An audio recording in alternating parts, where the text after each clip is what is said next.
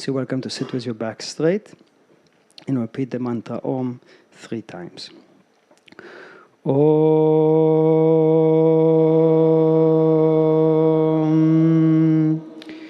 Om.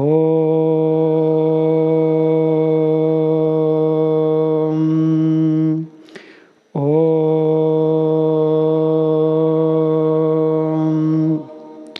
Sahana bhavatu sahano bhunaktu saha viryam karavavahai tejasvina vaditamastu ma vitvishavahay. Om Shanti Shanti Shanti. Om Peace Peace Peace. Om Bolo Sadguru Shivananda Maharaj Ki Jai. Om Bolo Swami Vishnu Devananda Maharaj Ki Jai. Om Namah Shivaya. So we first of all would like to express our appreciation and gratitude to Ilana Magal, who is leading our programming department and is organizing this wonderful symposium, bringing such wonderful presenters and teachers. So Ilana is sitting here. We'd like to give our great appreciation for our dedicated service to the ashram. And the ashram, in its core mission, is to bring this message of unity and diversity, to bring together different scientists and different spiritual leaders and teachers and artists, all to show the one underlying message that comes from all different traditions, this message of unity, this message of one divinity, consciousness. So we're very grateful for all the presenters being here. And for those of you, of course, who are new to the ashram and not familiar, the ashram is, of course, a place that is specializing in sharing the yogic knowledge, the teachings of yoga and Vedanta. And at the core of these teachings, it is the message of happiness. Truly, yoga is the science of happiness. And it's a place where people come for many different reasons, apparently, but ultimately it is the search for happiness. And this type of a symposium of dealing with the subject of trauma is very valuable to have here at the ashram, because for many people on their journey towards happiness, they have to learn to deal with traumas. So we are very appreciative to bring experts in the field who can support those individuals who are looking for happiness, and on their journey they will have to become very skillful in processing their trauma. So tonight we gathered different questions that came from the different students, and some of the questions we will be addressing all the different presenters, and some questions are also just for individual presenters. So first of all, one question that came that was very suitable for all the presenters is that we would like to know a little bit about what brought you to this work of dealing with trauma, and like what was your inspiration and motivation to take this type of a field of work, and also what it is today that is most inspiring for you in this work. So perhaps Ariel, you could start. I have a microphone.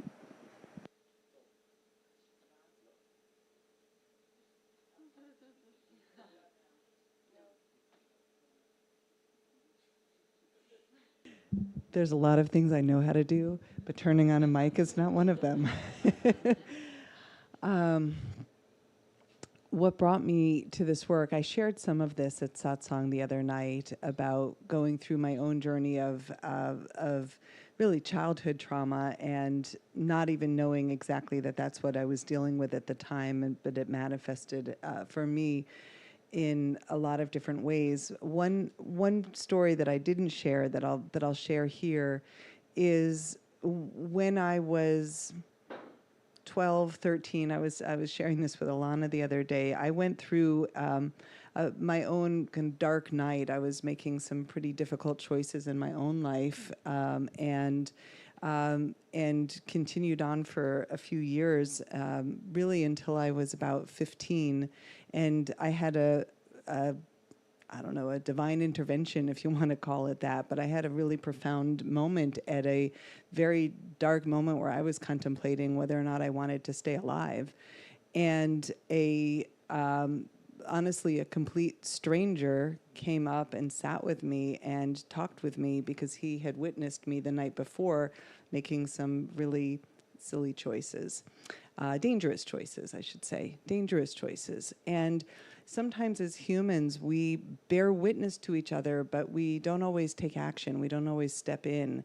But this was a person that stepped in after witnessing someone that he didn't know at all, but saw that I was lost. And for those of you that have read my book, The Post-Traumatic Growth Guidebook, I share a little bit more in there, but what I'll share with you here is that I just happened to be sitting at a place not so unlike where we are right now, looking out over a body of water, and there were boats and out on the ocean.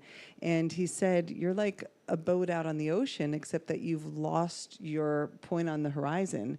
And if a boat on the ocean doesn't have its point on the horizon, it will continue to aimlessly wander, and it won't find its way back to shore."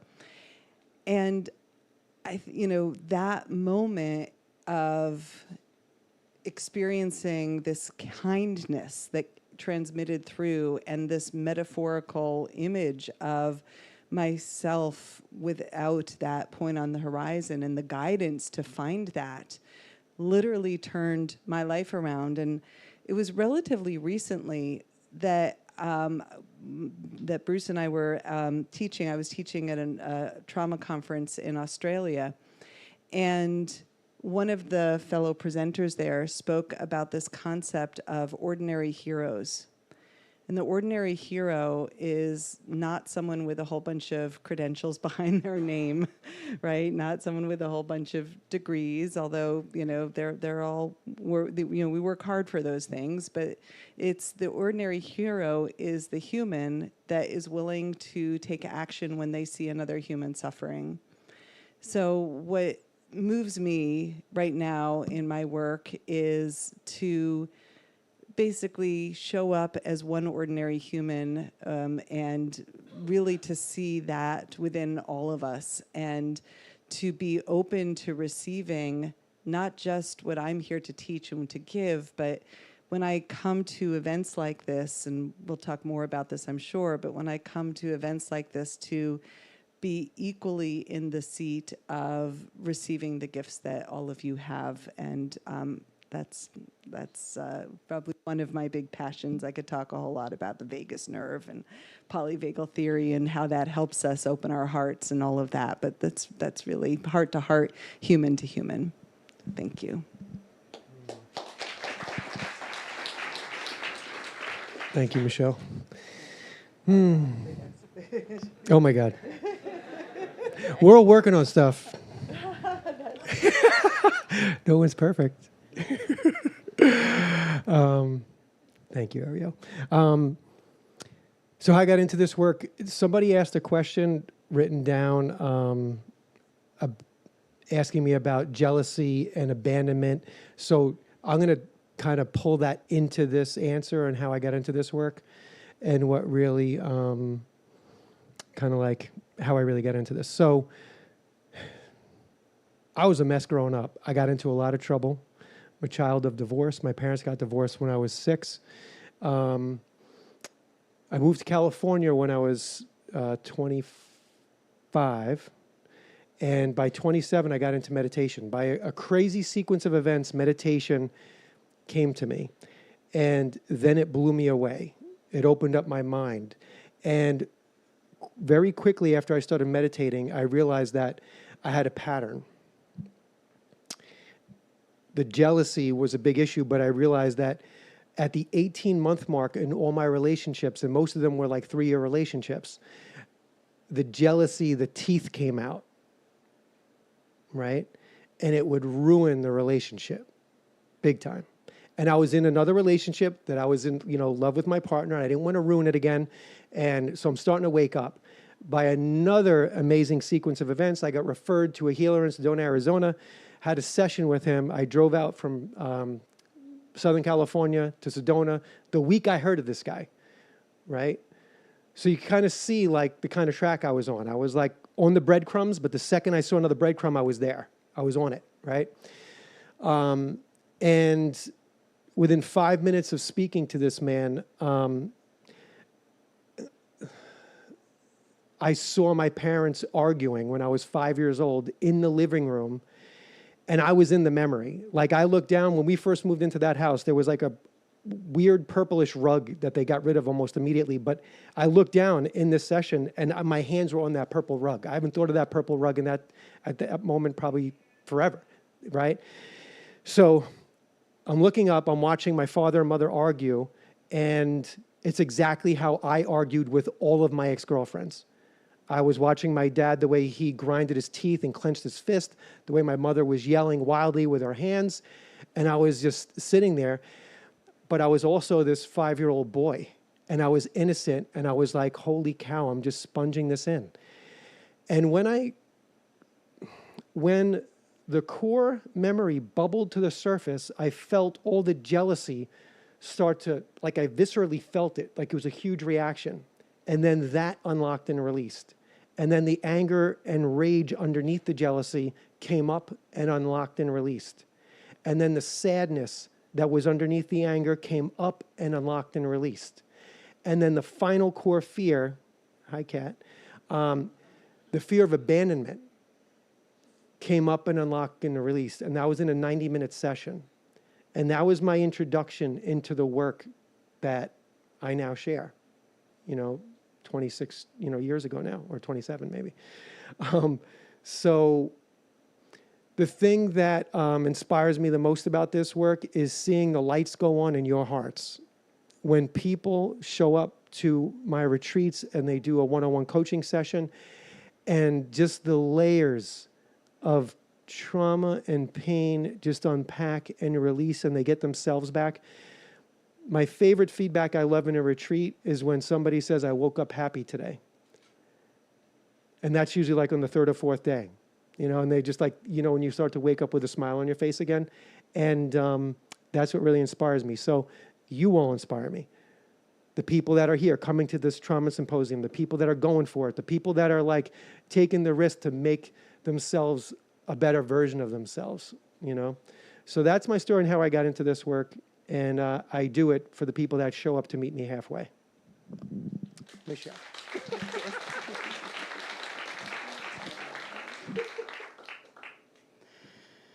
So I also first came to this work from my own experience of relational trauma and lots of therapy. And some point along the way, got really curious about, is there something spiritual that can be integrated here into this psychological work?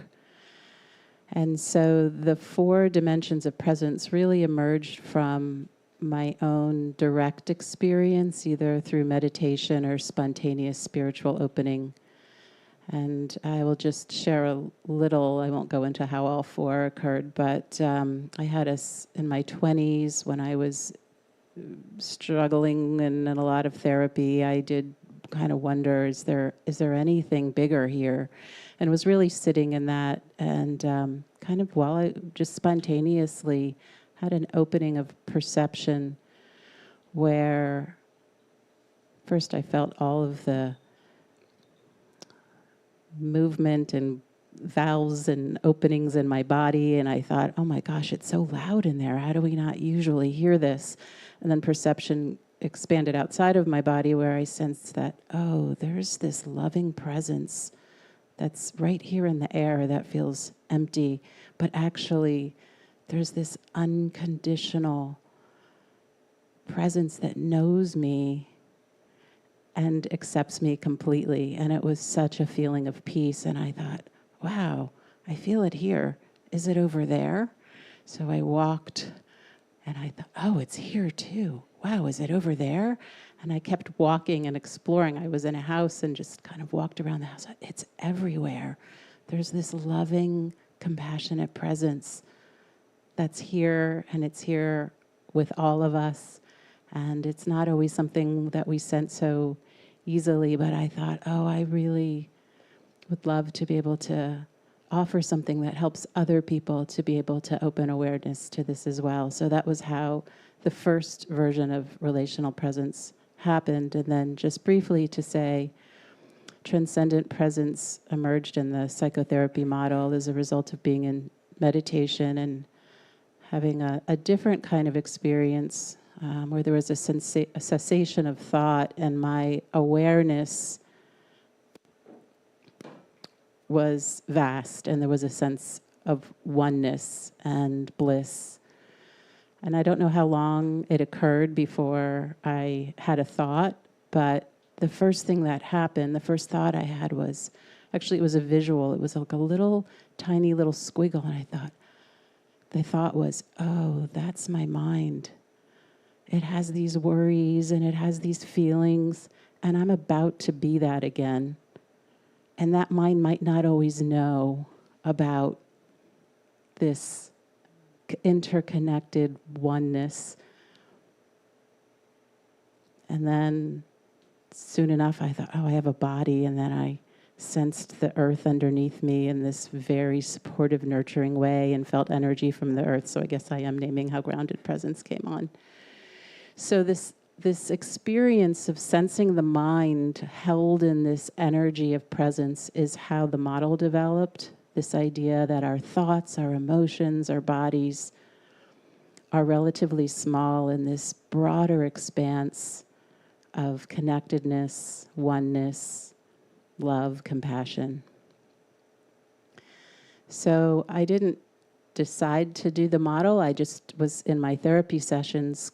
I didn't plan to, but I spontaneously asked people if they wanted to start with a guided mindfulness practice. And what came out of my mouth were these different mindfulness practices followed by the presence prompts in order to maybe help people to open perception and have some help in the ways that can be useful to all of us. And then utilize that to really be with difficult experience and trauma, really knowing while maybe emoting or processing that, oh, I can really still feel this energy, whether it's in a human, relational, compassionate form or maybe more in spiritual form. So for me, what's the most moving is watching people quickly open awareness to presence in whatever form that might be for them, and have this kind of, aha, oh wow, I'm experiencing everything differently now, and I can hold space for my human experience and for my suffering, and that's really touching for me.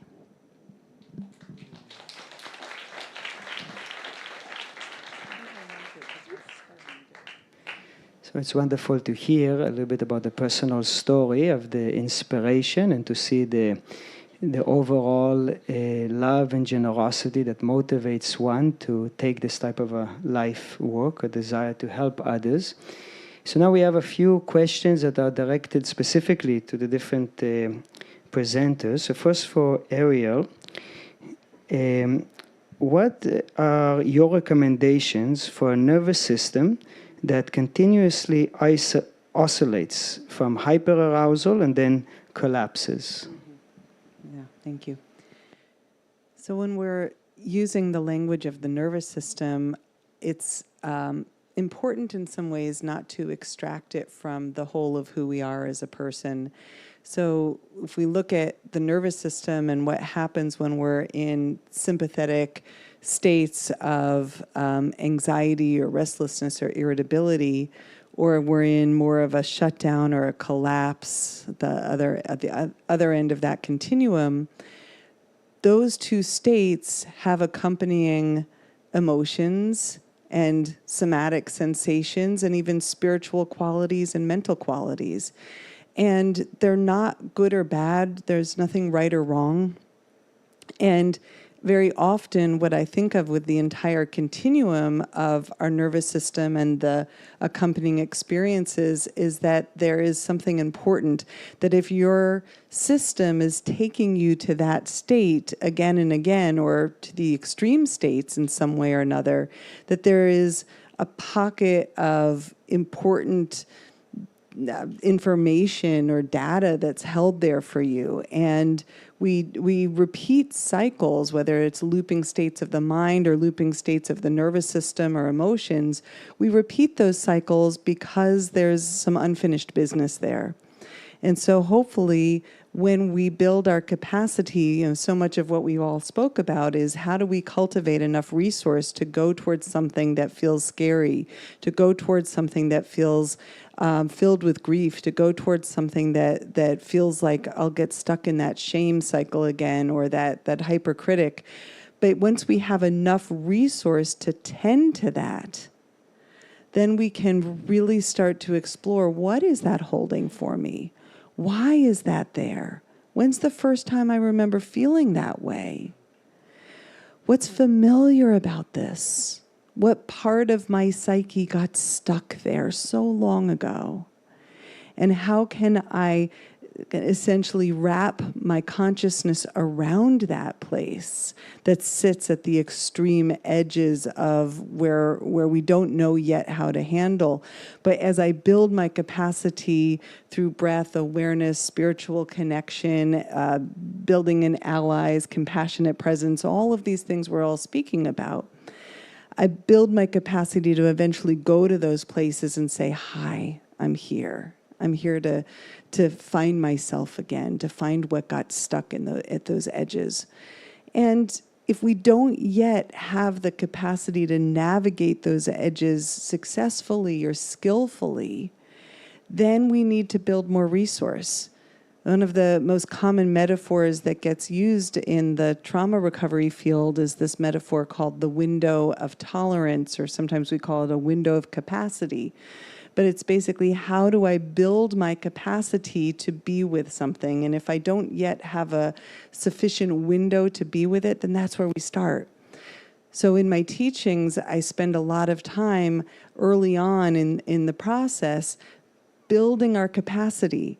Building, it's like if we use a little bit of a swimming metaphor, I want to stay in the shallows before I know how to get into the deep end, because I don't want to throw myself in there and flail around. I want to know how to eventually make my way towards those deeper waters, or those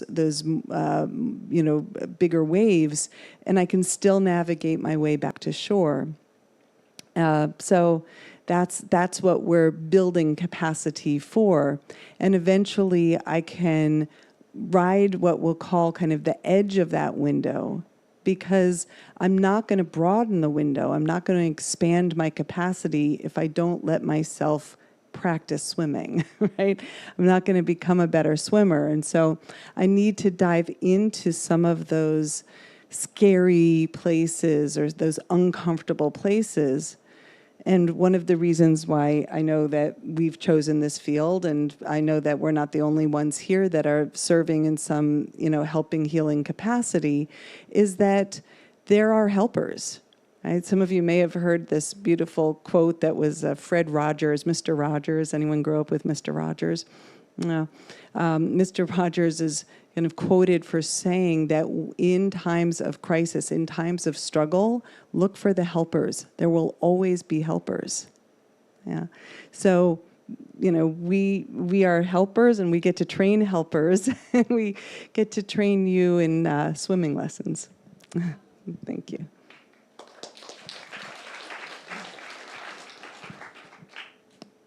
Yeah.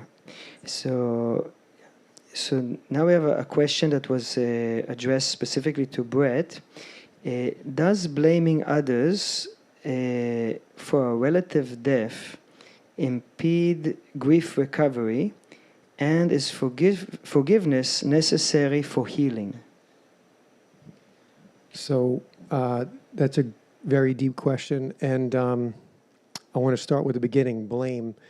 There was a football coach that I used to coach with, and he, because the kids would always blame each other for messing up on a play. And the coach would always say, when you point at one person, there's 3 fingers pointing back at you. You know, I always like that kind of like understanding, right? So when we're blaming, I just want you to know that the person you're blaming is holding all your power. The person you're blaming is holding all your power. Now, in this case, we're blaming somebody for a loved one's death.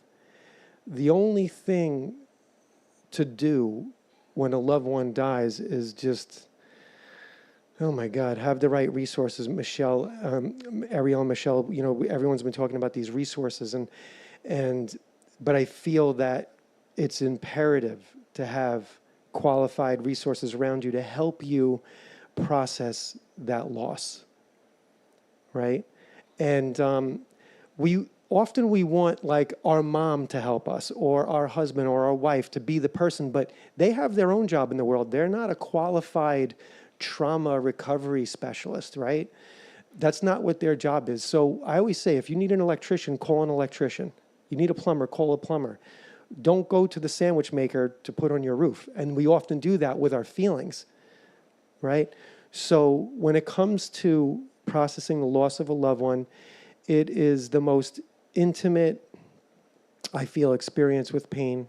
It can be complex in that there's someone else involved in it, in the passing of that person. That makes it even more complex, because now there's some anger, there's anger and sadness tied in, and it unpacks like an accordion.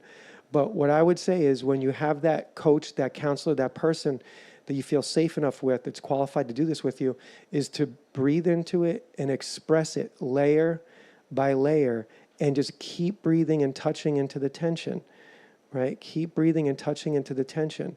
And for me personally, the road to unconditional love is forgiving the unforgivable, accepting the unacceptable, and loving the unlovable within us, within ourselves. And that is like a 3-fold way to just reopen our heart again. And then the other thing is, make a decision.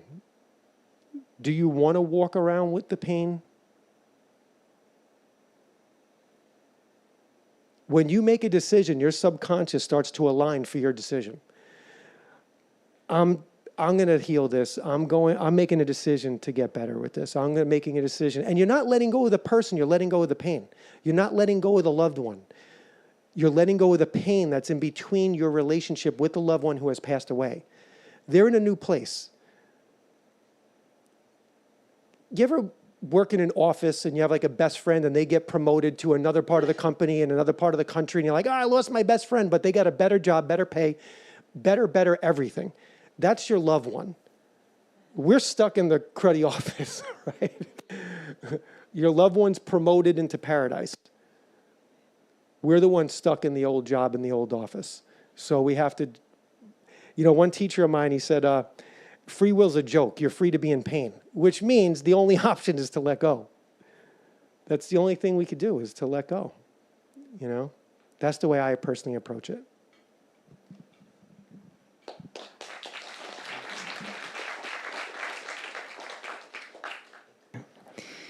So now we have a question that was addressed specifically to Michelle.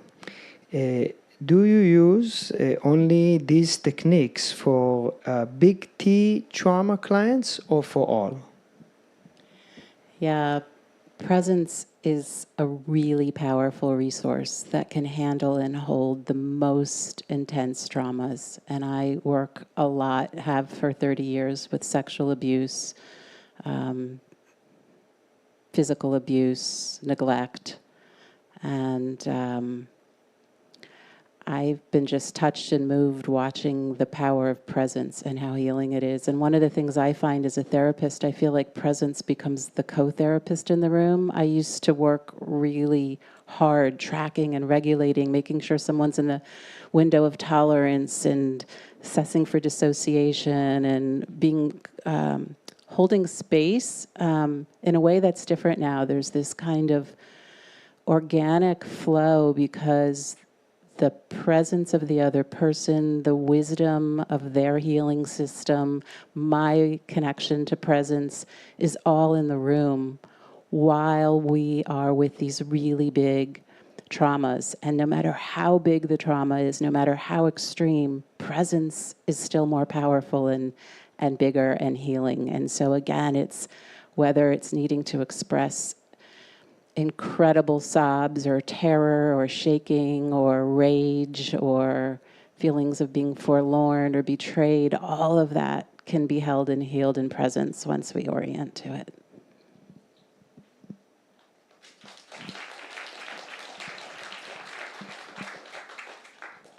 So this is a question that we sought for each one of the presenters to share their thoughts about.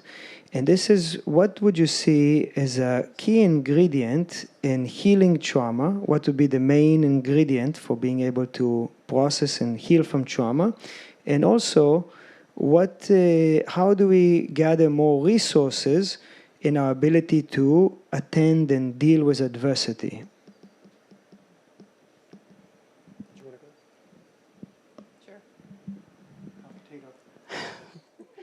So I'll just elaborate on this idea that presence is always here and it's just a matter of opening awareness. So this practice of presence orienting is something you can do at any moment. As you're sitting here right now listening to me, you can simultaneously be aware of the support of the earth holding you up and maybe even tune into it, rest and reside in it. Feel yourself supported. You might sense the relational presence of everyone in this room and the connectedness in the community and this vibration that's here as a result of us all practicing together in this Sangha. It's palpable. All we have to do is tune into it, rest and reside in it, take a sensory imprint so we can come back to this awareness at any moment that we need to and know that we're a part of it. There's this integral higher vibration consciousness that we are and that we're all connected to. So at any moment you might tune into the compassion of your heart center, you might tune into the connectedness all around, and it's about slowing down, taking a moment and go, you might go, oh yeah, I can feel that. Oh, the presence prompts invite us to go, oh, what exactly am I experiencing? Let me tune into how I feel that in and around my body. The resting and residing helps you create that shift where you can really feel held and supported, so that resource is always available. And again, if you're walking, if you're brushing your teeth, you can orient to any dimension of presence at any moment to really feel this resource so you can more fully meet your own pain no matter how big it is. Thanks. So for me, I feel it's the breath.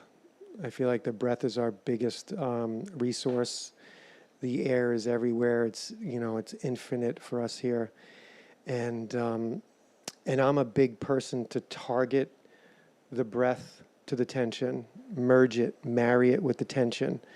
Right? Anytime you're stressed out, there's tension in your body. So if you just use your mind to find the tension and just touch it, start breathing into it. Even just doing that right now, it just feels so comforting on the inside.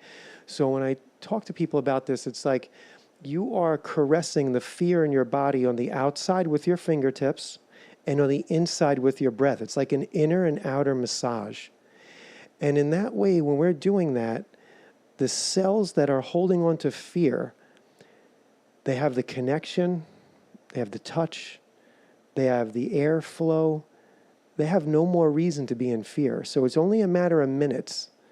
And when you get good at it, it could be a matter of seconds where you start to release the tension. And I feel our biggest resource is our mind focusing on what we want. Because the universe is like a game of Tetris. And when you really focus your mind on what you want, it starts to fall into place.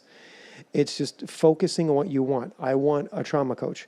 I want someone to help me with presence. I want to understand the body better.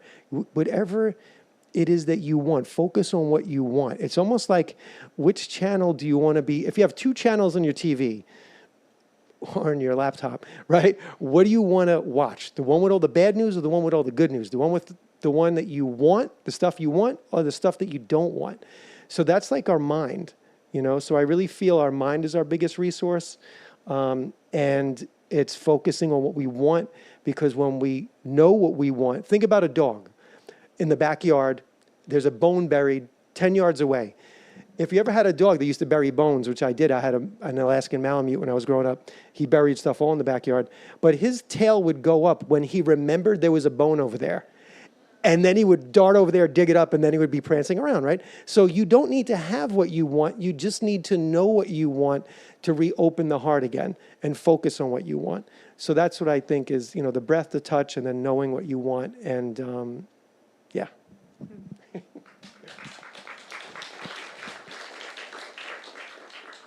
It's so lovely. I mean, I can just say yes and yes and yes and yes, right? There's so much that both of you brought in terms of the layers of presence and the different dimensions of that, and certainly the breath, certainly the touch, certainly intentionality.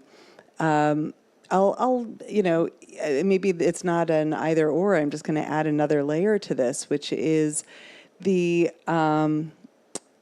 role of service, which I don't know that we maybe always talk about in terms of our own personal healing.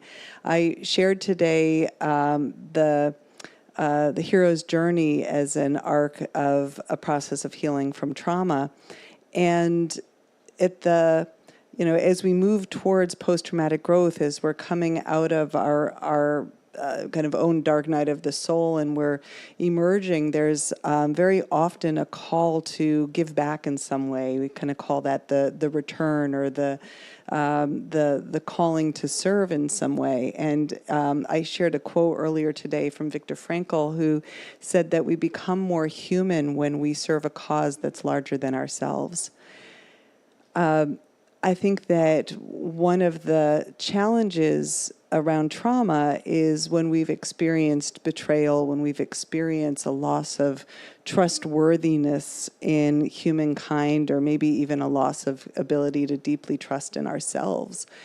And there's a way in which, when we reclaim that sense of purpose and that role that we might play in making this world a better place and helping others around us have a better day. I mean, it can just be really simple interactions to large-scale actions, but it's profound, and it becomes a cycle that fuels our sense of self and well-being. You brought up well-being and happiness earlier.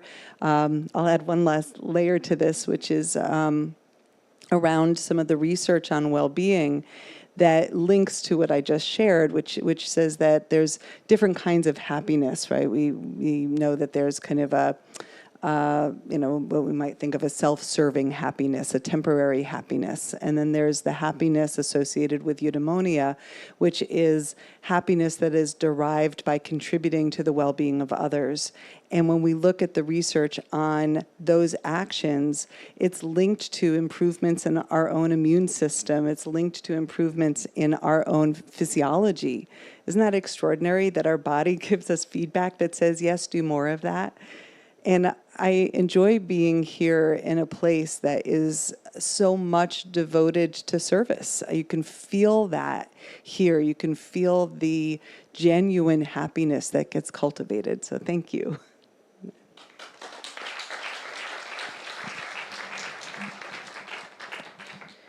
Thank you very much for that. And another question that as we are coming towards the end of the symposium, so this is kind of a multiple question for each one of the presenters.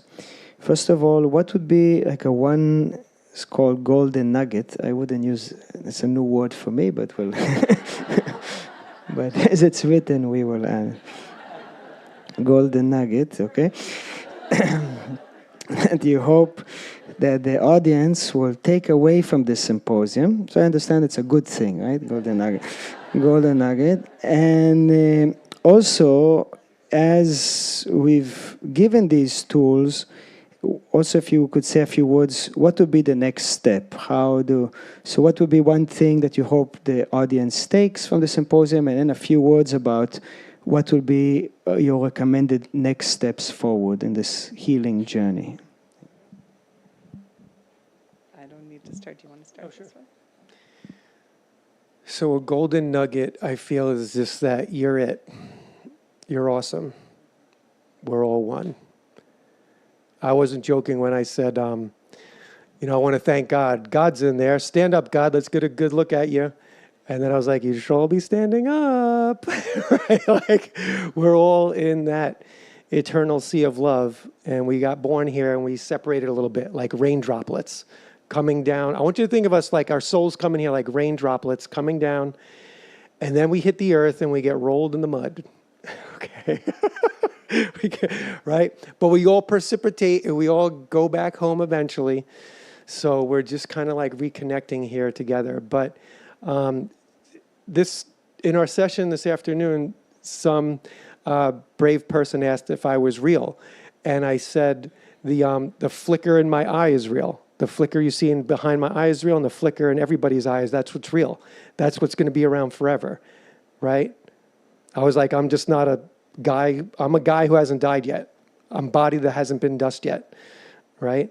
So like, but the flicker behind the eye, the spark, and when you look in the mirror and you're brushing your teeth and you crack a smile and you see the flicker, that's the realness, the energy that's filling this, right? And next steps, I think, I feel like everyone got a really good taste of what Michelle does, what I do, what Ariel does, and whichever one or two that you resonate with, or all three, take the next step, dive into our communities, right? Stephanie and I teach every day on Zoom at 9 a.m. in the morning for 25 minutes. We do workshops for our members, right? So we have a membership, we have retreats. I know Michelle has her community, Ariel has her community. Dive in.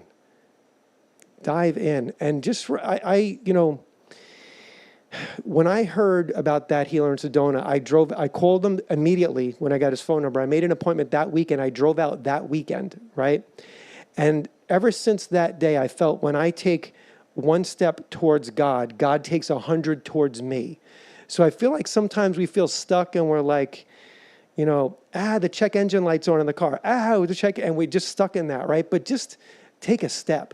Take a step towards God. Take a step towards your use your inspiration and your intuition, like your right foot and your left foot. Inspiration, intuition.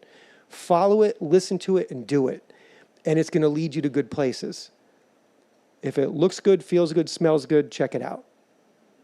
Okay, that's all I got on that.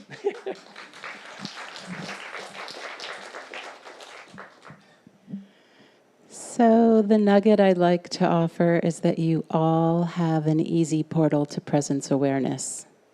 And if you have a sense of discovery and play with it, you will find out that, there is a portal that actually helps me to feel this subtle energy in a really palpable way, and that it brings well-being immediately.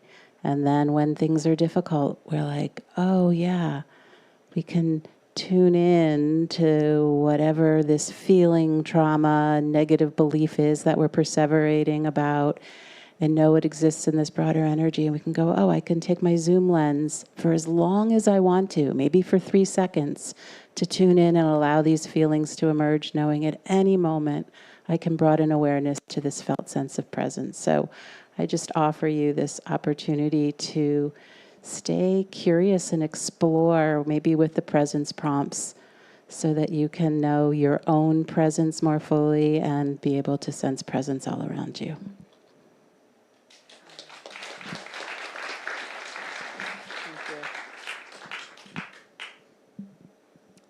I think I'm going to wrap back around to something that I shared in the satsang talk that I gave a few nights ago, which is when we look at the factors of resilience, or when we look at the kind of contributing factors over time, that what helps us sustain growth, one of those factors is commitment. And by commitment, it means this recognition that generally when we're looking at long-term sustained growth and the integration of that growth, we might have really big experiences therapeutically, but what sustains that is the ongoing returning to this small or the daily practices that help us tune back in, connect back into remembering. And I know that for me, while there were some really significant big moments that led me to step on the healing path, what kept me on the path and has kept me sustaining growth has been a commitment to having daily practices. It's one of the powerful things about coming to an ashram is that we who don't live at an ashram, there's those of you who are here and really you sustain this for the world because people come and go and get to dip into the rich, ground that you've cultivated here of presence and energetic sustenance. But, for those of us that come in and dip in for a week at a time or a few days at a time, many of us are not steeped in this, rich energy. We're coming in with the daily barrage of stresses and the news and the superstorm that's coming that some of us have to return to, 20 below zero. And, so we need, when we go back out into the world, the practices that help us remember.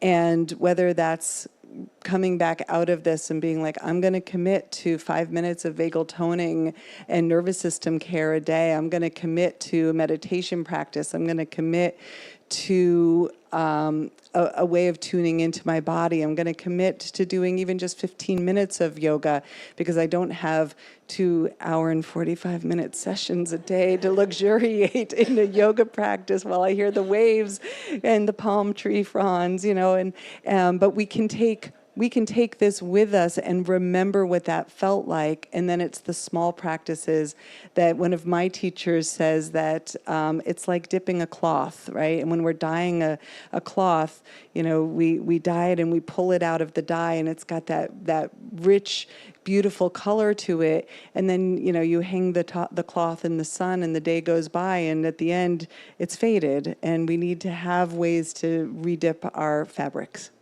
So. Thank you. You got your own.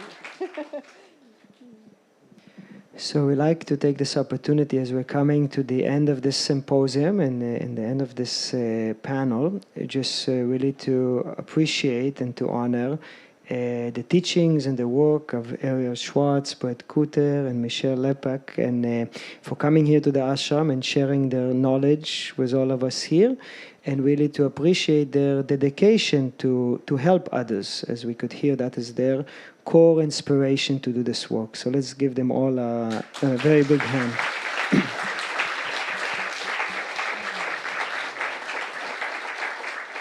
And we're very happy to share that next January, by God's grace, we'll have another special symposium. This will be on January 21st, another several-day symposium on the subject of trauma and dealing with trauma with different modalities.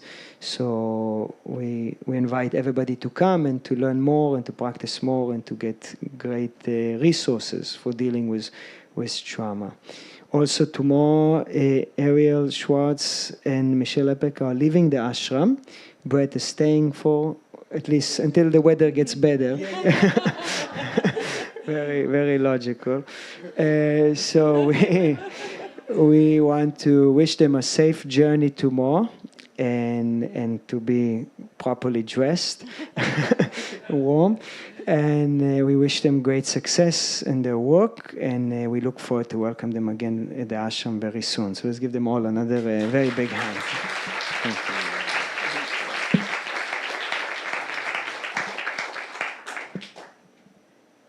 So I think that's it. Yeah.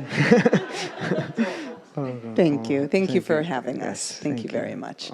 And I want to say thank you to both of you as well, and I can hand you the microphone.